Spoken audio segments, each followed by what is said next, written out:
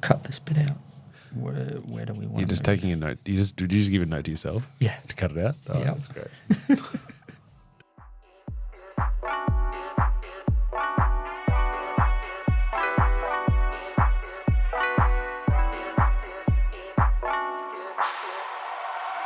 Welcome back, or welcome to another episode of the Success Times Happiness podcast. I'm your host, Richard Thompson. Today, we have something a little bit different. Episode number 50. 50 weeks, countless amazing guests with over 365 days working on this project. I've got Cody in the studio today, the man running behind the scenes, and we're going to go over our learnings for the first 365 days of podcasting, the highs and lows, and our favorite moments. Let's get into it. I hate this so much. I'm glad we're recording that. I'm more than happy behind the camera, but On that's going to stay for sure. That's our intro. That's the sound grab. I hate this so much. perfect. Cody Osborne, welcome to episode 50. Yeah, we made it. We made somewhere. We've made it somewhere. On reflection, to think that this is where we're at episode 50, I guess more studio base, and I think all of it, Wouldn't have been my guess. Wouldn't have been my guess either. A year ago, no. No. When I was painting the wall in my dodgy clothes in your office, I'm like, oh yeah, this could maybe turn into something, but it wasn't here. No. Like I knew we'd go somewhere, but not this quickly. I didn't think we'd ever stop. Like, obviously, there's a lot of barriers early on a podcasting journey where people stop. And I didn't think that would be us, but... Well, that was the 21 episodes that I held you to. There was the statistic that, what was it, the first 99% of podcasts fail within the first 21 episodes. Yep. My kind of challenge I put to us was we weren't allowed to do virtual guests until episode 21. So we had to really get our teeth sunk in and get people in the studio and do those recordings. And I think also the point is to make it as hard as we could have in that first 20 or 21 episodes, and then the rest of it will take care of itself. But I don't think, how many virtual episodes have we done? We've only done a handful. 3? Yeah. Out of 50? Probably, yeah. Crazy. No, it's been good. Why did you want to start the podcast on a production side of things, or why this podcast? I came into it, obviously it was your idea to start the pod, and I was like, that'd be pretty cool. And I've always obviously loved film, photography and everything, and the core behind that is storytelling. So to me, this is just another form of storytelling, and it has the added bonus of being able to teach. That just really resonated with me, and I know you're the same in being able to get the word out and show people new things and techniques. So yeah, I think we kind of just bounced off each other, and that drove us forward. I'm so used to behind the camera. I'm not. You'd think in 50 episodes I would have picked up how to talk properly on a podcast. It's another sound grab. Yes, I think I love this because, I mean, it's ours and we've started it from nothing. But I love the platform now that we have, that we get to be able to speak to people and to be able to say we have something that we can, I mean, not only physically, but just the actual podcast itself, to be able to ask someone with enormous amount of experience, life experience, technical experience, or education about any particular topic that we would like to, that interests me as well or interests us, to go, I'd love to be able to talk to you about, extract everything out of your mind and ask questions that may not have already been asked before, or the way that I see things, and have an ability to call someone in like that. Yeah. It's incredible. And like, I mean, it's obviously for the benefit of all the audience as well, but I find it really selfishly a really high level benefit for myself, you know, and we haven't really got out yet. I haven't thought about or approached, you know, high level industry leaders or thought leaders yet about particular topics. And I'm looking forward to putting my mind to that and going, oh, I'd love to know more about cognitive dissonance, or, you know, attachment theory, or whatever the topic is, and go find the top 2 or 3 in the world of that and see if any of them want to come on. For me, even I don't think I'm only going to be looking at people who've got a good following to sort of piggyback on that. It's not even that at all. It's just to know I want to, because if without a podcast, I wouldn't be able to have an hour conversation with one of the leading experts in any particular field. No, of course. They're not taking my call, that I want to talk to you about, the value of new relationships, or how to form a strong relationship with your partner or with your children, or with, how do you goal set? How do you manifest? How do you better time manage your day? All these topics that I want to know more about, I don't get the chance, wouldn't get the chance. And so to have this is pretty spectacular. And saying that you learn off them, I have a question. Do you listen back to the podcast? Yes. It's challenging as a host, more challenging than I thought to, and maybe I've got to do this better, that I've got to ask the questions just as much as it comes into my head. Like if I think, all right, this is a line of questioning or a topic part of the conversation that I want to know more about, I have to trust my intuition and go down that path, rather than, I think a lot of the times, or some of the times, I'm thinking on behalf of the audience and going more critiquing that, well, what do they want? How is this the rhythm of this conversation going? And this is probably going to, if this speaker or this person has 7 different topics and we've spent the first 20 minutes on the first one, it's like, okay, we need to get through this conversation because there are 7 topics we need to get through. But it was exactly what we were talking about the other day, how we're saying the audience we're building here and the people listening are like-minded to you and I. Sure. And those questions that you're wanting to answer are a pretty good indication of what the audience wants to hear as well. Yeah. And it's, I guess, for you just learning to trust your gut and go, if that's something I'm interested in, I can't be the only one that wants to know that. Yeah. I listened back once it's published. So that's caught us out a couple of times, once, where I should have. I listened to it once it's live. Mainly to critique myself, though. Yeah. Not to listen to the subject, because I've listened to it, or I was there. So I fully absorb it all there. I'm pretty much the same in terms of the technical side, because obviously I'm listening to it 2 or 3 times through the edit. So I've absorbed everything that they say, but then I'll put it on in the car or walking to the shops or something. So one question I have for you is, since we've moved from the downstairs room at home, which you were in the room for, whereas here at the law firm, you're not in the room while it's being recorded, so you're listening to the conversation post. Do you have a preference? I did enjoy being in there, but I feel it gives me a bit of a different perspective. I think it's somewhat more aligned with what I'd imagine the audience or the listener would be thinking when I'm editing it without sitting in. It's a bit of a fresher perspective rather than listening to it as it's recorded. So I do appreciate that kind of shift in that sense. That being said, when we start getting some cooler guests on, who I have on my there'll be a desk automatically popped up in the room. Sneak into the corner or something. We've got a guest booked later in the year that my little sister has asked to come on, has come up from Melbourne to be in the room for. So we might need another desk or 2. So. Yes, I don't know if we've ever spoken on the podcast about it. Who was your one person that we said before we started this? Your goal, one person you wanted to speak to. I don't know whether I had one, to be honest. I think in your episode you said Hamish Blake. Is that still the case? Yeah. I don't think I've ever mentioned that on the episode, but we've said that. I'm sure you said that on the episode because I gave you the 5 fast questions at the end. Oh, yes, correct. Yeah. No, Hamish is definitely still the top of the list for me, and just listening to them with their podcast they do this year as well. It's like, it's not just, I don't know what it is about him. I just admire how quick he is and how witty in any situation I've seen him in the podcast, in person, on television shows, or just in general. Like, he's just a cool bloke. Sure. And I've got my fingers crossed. Yeah, right. We'll get there. Yeah. We'll get there. And that's the other thing as well, I think. I mean, I was on Maritz's episode, show, Things You Can't Unhear, and she asked about the podcast. I think there's a connection for me, and what I've learned in the last few years is that there's some real value to doing things without a finish line, or what Simon Sinek talks about is the infinite game. So the goal for the podcast is just to keep going. there's no finish line. Yeah. And I think there's true value to that. And I've lived, and you've been shooting me as an athlete, where there is finish lines, and that's just like we're just living and breathing to the next race.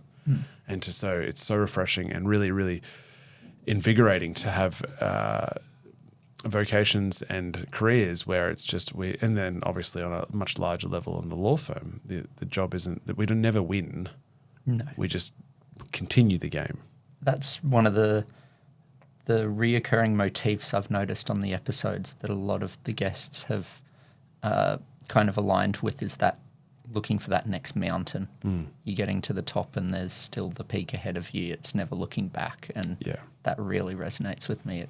I do find, though, it's a bit of a challenge to kind of step back, because every once in a while you do have to step back and go, I'm doing well, or measure where you are in terms of just mental health. But I've struggled obviously a bit with that in the past, of just being able to go, like for today, 50 episodes, like that's a lot of work to be doing this for a year and still going really strong. Like you get to the top of that mountain, you go, there is the next one, but you got to just sit at that summit for a bit and go, no, we're killing this. We need to not bask in that, but accept that before moving on. Yeah. How do you find balancing that like feeling of contentment in your work?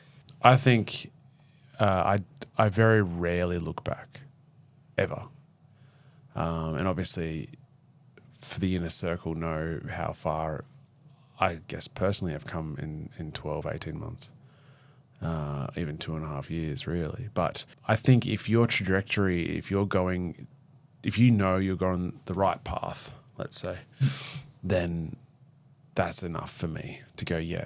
The difficulty when you're at like big life intersections, or you're going in that, where Joel Daveron said on the other episode of the valley of despair, where it's not, if you're in that moment where it's not shit enough to change, but not good enough to light your fire up, like that's a really bad place to be.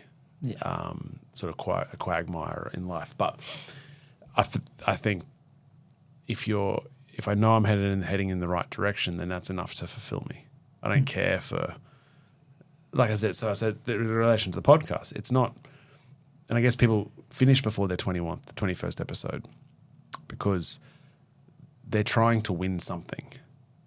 There is some validation, some data, some metric, something that they're searching for that doesn't show up at episode 21, by episode 21, and it's all too hard.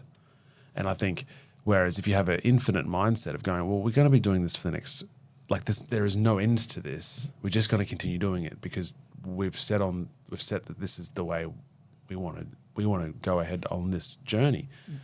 So there's no pressure. And from a technical standpoint, that's what we've spoken about, looking at the metrics and analytics of the show, how I'll always send you a message like, oh, we've just hit 4,000 downloads or 5,000 downloads or something. And you don't take too much care to that. You're more the 30-day listen average compared to the previous month. So it's that moving in that forward direction.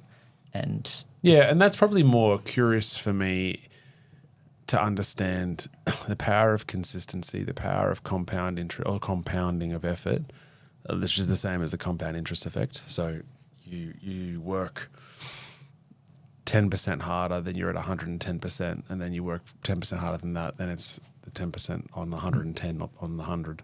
Yeah, the exponential growth. Thank you. And also, but there has to be real short feedback loops of understanding that, of going how. Because I truly believe you can achieve anything, right? That's what I talk about with consistency and hard work. But it has to be short feedback loops. So if you're not doing the right thing, or you're not growing as well as you could, it's probably because there's 1,000 different ways that you can change. Yeah. And to understand what that solving those problems as to what changes it. So I am interested in how many downloads over the last 30 days. That's probably a truer reflection than gross number of downloads. But I don't know. At no point is that impacting emotionally to me in terms of questioning where we're going. It's just like, oh, it is what that is. Yeah. Like I think I showed you, we discussed this, that Mr. Beast, who's the most subscribed to YouTube or thereabouts. Pretty much, yeah. YouTuber. He took 5 years for his first 1,000 subscribers. 5 years to get his first 1,000 subscribers. And so nothing happens immediately. And if it was easy, everyone would do it. And if it was quick, everyone would do it. And so we were in no rush. Yeah. And so the more focus is, I guess, is finding better guests.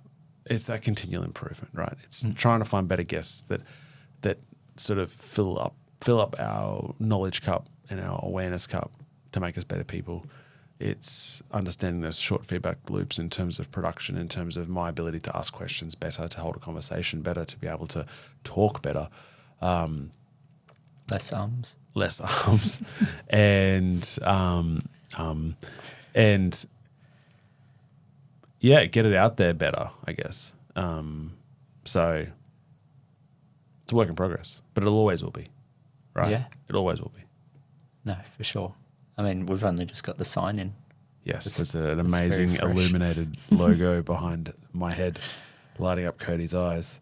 Blinding me. But I'll pay tribute now to you and I feel like you get the rub of the green.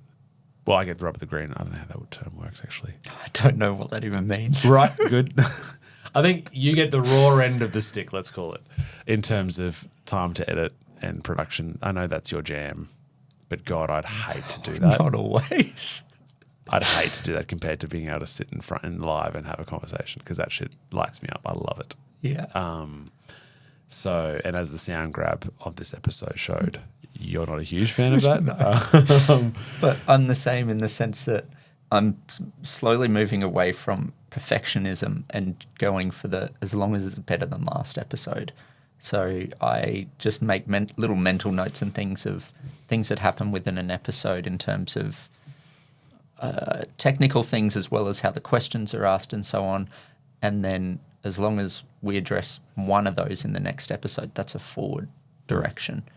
And just doing that every single time has shown compound effects. It's the 1% better, right? If you can be if we can be 1% better than last episode, then. And is a Diary of a CEO's crew that has the 1% message group, I think, right, where all the producers and himself are in this group, and everyone just sends messages in of all these percentages that are what's 1% better. Because what stuck with me when we're filming the documentary was I asked you about the weird sock things that go over your shoes. Oh, yeah. And I'm like, surely that can't have that much of a difference, if anything. And your answer to me was, well, it can't be zero. It's not zero. It's not zero. It's above zero. So it has so we do it. Yeah, 100%. Exactly. Yeah. It's not zero. That is absolutely the sport and the way that I looked at it, and use that theory into this and into business and into life, really. Yeah, 100%. I think sometimes the overall objective or the overall outcome can get big on you. But if you break it down into very, very small bits, then theoretically the outcome is going to be a lot better. Yeah. We release an episode a week at this stage. Why do you think that was important for the show? For me, I just have this OCD involvement with consistency, especially with things like this. When we started, I said there's one going out a week and we'll batch up a few and get them going. I don't think we've ever got more than maybe 2 in the bank. But there's been times that I've been like up late on a Tuesday night, or even like finishing them. Like I'm talking to exporters finished 10 minutes before it goes out at 4:30. But it's I don't really have a proper explanation for it, but it's just that drive of I don't want to miss one, because if you miss one, it's easier to miss 2. And then if you miss 2, you go, oh, you may as well have a little break and batch up some. But then I tried to convince you to have a break. We should have a break over Christmas, but no, that was the case. We kept going. Oh, I tell a lie. I think we got 3 for Christmas. We recorded bashed 3, yes. But right now, we've got a fair few. Yes. Unedited yet, but That's not we're my cracking. We're cracking I'm doing through my them. job. Yes. Yeah, I think we've got half a dozen. Yeah. Yeah. Half a dozen of the new episodes. Yeah, it's good. So It's keep real an good. ear out for them. They're coming out sometime in the next couple months, but they'll be a bit of a different style, won't they? As well as self-development, I'm really interested in I guess, founders' stories of businesses and how they, I mean, similar to, if you don't know, check out Guy Raz's How I Built This. It's a hugely popular podcast in America. He brings on, well-known brands, but he brings on the founders of those brands and gets the story about how it all started and a little bit about their back life. I think there's probably more into the success times happiness discussions with a founder of a business and what makes them before and during the process of starting a business and developing a business and making it extremely successful. And we are bringing on founders of really well-known brands here on the Sunshine Coast and then more broadly in Australia. Within the umbrella of this podcast, and hopefully there's some value in that for everyone. Codes, your most memorable moment of the 50 episodes. I wrote all these questions about a week ago to get all my answers out. Never got to the answers. Good. Most memorable moment would probably be one of our earlier episodes with Adriano Zumbo, and the grab when he mentioned that he doesn't consider himself successful. He said, "I think I've achieved success, but personally I don't believe I'm successful." And seeing that from such a highly regarded person with where he was at that time, the amount of shop fronts he had and the brand he had built was a real eye-opener, and it goes to show that the struggles you have on this low end aren't restricted to the low end. You have them anywhere within business or life, and that's probably the one that stuck with me the most. What about you? There's a couple of really inspiring ones that we haven't released that form part of that business side of things that actually made me tear up the first time that's happened as an interviewer. I don't think I've ever heard you say that's my favourite episode more times than all the episodes we've recorded. Every one you go, that's my favourite. Yeah. I think Olivia Carr's was very good in terms of how that interview went. I took a lot out of that. And she's gone through a lot and succeeded through a lot, and I find it incredibly inspiring. Anyone who has gone through a subjective level of trauma and have succeeded through that, I find that incredibly inspiring. Ros White, I think, also deserved a mention because of the way that interview occurred. And for those who haven't listened, Ros is a really, really amazing human. She runs half a dozen really big IGA stores on the Sunshine Coast. And she's one of the happiest, luckiest people around, and is really well known on the Sunshine Coast, has a huge presence.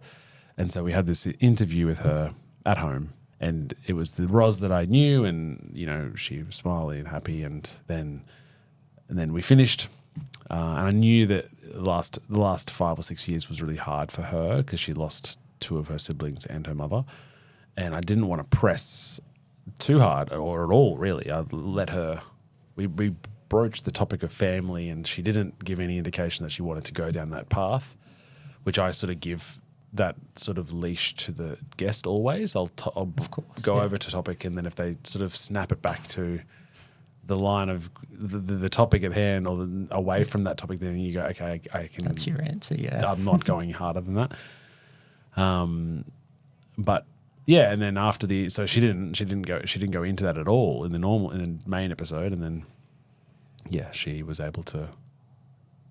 Yeah, so it was actually recorded after we finished and you guys took your headphones off. Yeah. But trick back from filming the documentary with yourself is you leave it recording for a couple minutes, and I just remember Rich kind of doing the little fingers. I don't think I even did. I just assumed you were recording, but yeah. And then she was so vulnerable for 10 or 15 minutes, just monologued her struggles and how she got through it. And then I had to tell her afterwards that we recorded it and give her some time to listen to it. And if she didn't want to share it, that's fine. We would have deleted it, but she was happy to, which was so much strength on her part. So I think that episode was probably my most, it was probably the most special. Yeah. And we'll link these episodes down in the description if you want to go back and have a listen, because they were really powerful episodes. You've got here as a question, which episode was the most challenging to produce? I mean, I find as an interview, and anyone who's interviewed, especially on a podcast before, you very quickly understand whether the person is media trained or not. Or not even media trained, but just can run with the conversation really well. Yeah. Or whether you have to hold their hand through, and they give you really short answers to what could be a very long answer or a very detailed answer. They just give you a very straight bat short answer. And you're like, oh man, I got to really work hard at this today. Were there any that you went into thinking it could be all right, and then it just turned out amazing, completely different to what you expected? I will say Raph McGowan Backslap, which is coming out after this. Be tuned for that. That just blew my mind in terms of he's the founder of Backslap, but his whole story just shattered me in terms of how it happened, how he got to that, and what he's doing now. It's just like, man, there are a few humans in the world that would have faced that adversity and want to do something better for it. Yeah, 100%. I reckon David Dangerfield's episode was one of the ones for me.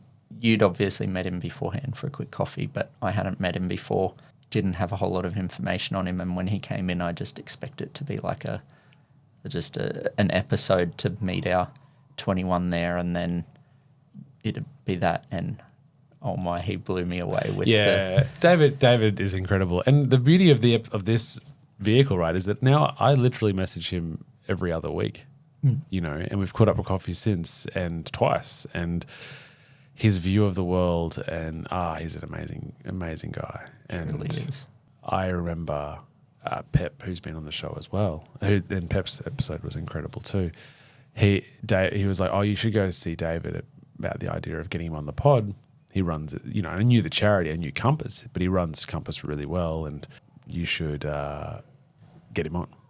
He does a little bit of martial arts, I think. That was the brief. Little did he know, he's like one of the best in the country, and one of the best in the world, the highest ranking in the world. So, cool guy. Bit of martial arts on the side. Yeah. Yep. Do you have a favourite quote from a guest from our recordings? I like Travis's always be better. Like you said at the start, though, there is this wonderful paradox about trying to be content with where you are, but unsatisfied enough to want to push and want to go up that mountain because you're unsatisfied with the view. But I think they can work. Obviously, they can work together. You can be very content with where you are now, but also so driven to climb a mountain at the same time. Yeah. And that's okay. Because there is this fear that if you're too content with where you are now, you won't be driven to go do the hard things. But if you can be content with where you are now because you are doing hard things, not because you're wanting to go somewhere, but just by virtue of doing the hard things, you can strive to be better. I felt Trav, I don't want to speak for him, but I felt like he was so driven to be better. Definitely. Maybe to the expense of his current happiness. I think that's the trick, is to be really happy with where you are now, or fulfilled with purpose. Yeah. With where you are right now on a micro level, but on a macro level, see that you are going uphill, you are doing the hard things, you are being propelled to do something challenging.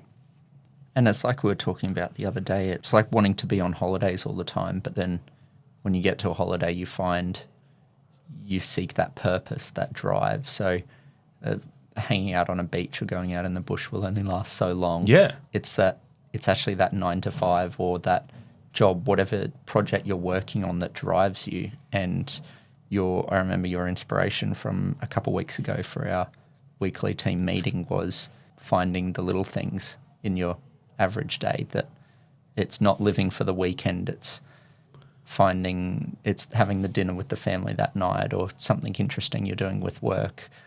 Because if you're just living for that weekend or for the holiday, you won't find contentment in that.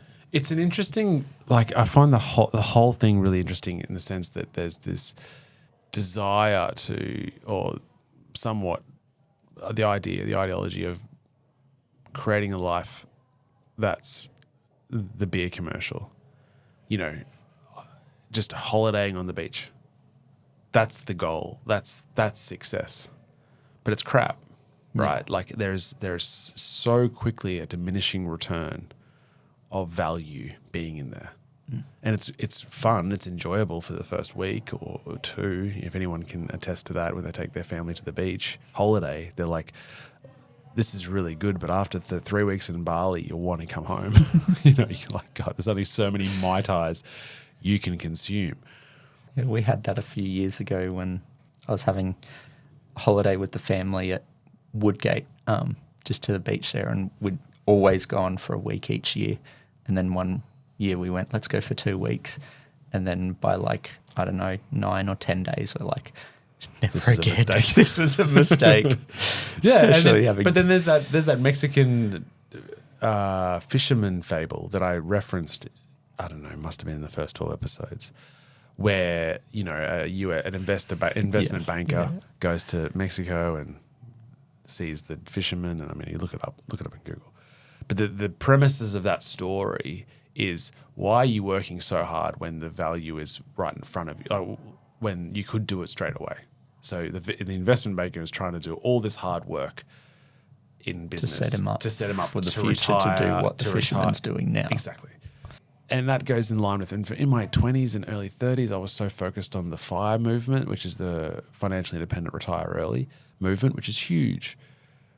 But the one thing that all of that misses is the value of current hard work, and the value of, I want to be able to just endure the challenge.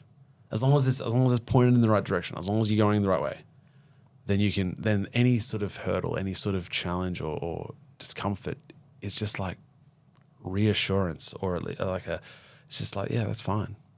Yeah. Good. Glad it's hard. That's the mentality. And whereas if it's not, if it's not your true purpose, or you're not going in the right direction, that'll crush you, like it would for 20 people who are trying to start a podcast and don't get to 20. It's like, it's all too hard. But if it's exactly where you're going, then any sort of sign of discomfort or challenge, you go good, because the harder it is for everyone else. Yeah. And it almost fuels me to go, yeah, okay, this is hard. That's good. That's been a huge shift in my mind from the, financially independent, retire early. The dream is to sit at the beach. The dream is 10 income streams of passive income, so you can do nothing and you're just sitting there watching your bank go up. Yeah. That was the dream for me in my early 30s. But now I'm encroaching 40. It's like, there's no value to that. Sure, that means you're not going to, your bills are going to get paid, let's say, of passive income. Mm-hmm. But internally, and that's all still good, and that's all still obviously happening on my, and that's the dream anyway financially. But you want to be able to also have things that really stretch you, that really push you, that really test you, test your purpose, test your resolve, test where you're going, on top of the passive income ideologies.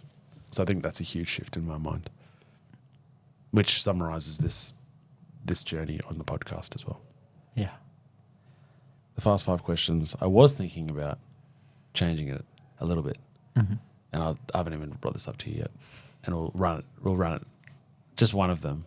This is real freestyling. We usually go for one tip to be more successful. I like the idea of, what does success mean to you? Yeah. Rather than one tip, and what does happiness mean to you after the whole conversation. We can edit this out if we need to. Keep it or delete it. Delete it, yeah. Also, I like the book, The Inspiration, I'm not sure, but I do also like a question of, like, if you could invite, and I'm throwing this to you, you can take as long as you want, and you can edit the pauses. If you could invite 4 people with yourself, non-family, let's say not even friends, no friends or family, a living or dead, to dinner, who would you invite? And I think that is a cool question, because it then speaks to the guest's What mindset. the guest value Yeah. company. I think 5 is probably too many. 4's almost too many. Oh, you think? You think 3? Then are you having a dinner party with 4 people? Yeah, I reckon. Doesn't Okay. have to be a party. Fair. Just going out for dinner. We shouldn't have an issue with making a reservation, unlike my family. All right, so 3 guests you'd invite to dinner, alive or dead, not family or friends. It's always good to have someone for a laugh. It's always good to be inspired by someone. And what else are you looking for? It's more a question you ask someone when you're drunk. So I'm too sound of mind for. I'm glad you're not drunk. It's an office day, and you're the office manager of this shop. Yeah, no, I'd say Sean Turnell. He was a professor from Melbourne. I really want to get him on the podcast at some stage, but he was doing political work in Myanmar when the uprising happened during COVID, and got imprisoned for, I think, over 2 years. And just listening to all the interviews with him and reading his book, he's the most optimistic person. Yeah, right. And just the mental fortitude of this guy to be able to do that and come out and joke about it, and just so intelligent, such a happy person. Hamish Blake, as I mentioned earlier, is just amazing bloke. And I'm having trouble thinking of the last person. Good thing we didn't have 4 guests. Exactly. Jesus. Last person. No, it's probably a bit cliche, but like Steve Jobs, I think would be just a really interesting bloke to have around a dinner table. Mm-hmm. What about you? Go on. 4 people. 3 people. 3 people. Oh, no, 4 including yourself. That's the deal, or is it a table of 5? Party of 5. I like 4. Anyway, 3 might be a party of 4. I will say I like the idea of having someone funny, and I haven't really settled on exactly who that would be for me. Hamish is a great shout. To think he would be able to, he'd also be able to have a pretty serious conversation as well. Mm. But for something different, I'd probably say Ricky Gervais as guest number 1. Guest number 2, I think a deceased author by the name of EP50. He was probably his autobiography is called A Fortunate Life. And it was the first autobiography, and it's a novel, like it's a proper book, but it was the first book that I read. No pictures? It's not a picture book. But it's not a child's book, I guess is my point, and I read that when I was a child. And that had a lasting impression on me. So him. And that's someone who's endured a lot in his life, but still is optimistic. So probably on a similar wavelength as your guess. And then it's hard. It's one we've got to send to the guest before they come on. Definitely, I think. Right. But it's more for me if there was 5 or 6, then I could go ham on it. But it's like limiting it. Okay, I'm with to you. 3. Okay, if there's 5, then it's a party of 5, which I like that phrase. So they've got 2 more seats. I would say Roger Federer, in terms of his ability to be the very best in everything he does, even post sport. Ryan Holiday, because the influence that he's had on my life. But Ryan's coming to Australia in the middle of the year, and I'm on email on the podcast, and I'm on an email basis. I'm on an email back and forth at the moment. Like I'll call that a relationship. He answers my emails. That's what I'm trying to get at. I'm trying to big note myself. But have had that for many years with Ryan. But I'm hopefully going to go see him in his live performance in Sydney, and we'll hopefully catch up. I've asked whether we can be on the pod. I think that might be optimistic, but fingers crossed. We'll see. Anyway, I'd probably throw in for my last person then Casey Neistat. I don't know if you've ever watched any of his stuff on YouTube, but Oh, yes. he's Glasses guy. Yeah, Yeah. one of the OGs of vlogging, but his whole life story of having a child when he was like 15 Oh, shit. and not having the best home life and building up to where he is now and just living it up in New York with his family and really just focusing on what matters. He's Like been that. a real inspiration. Very good.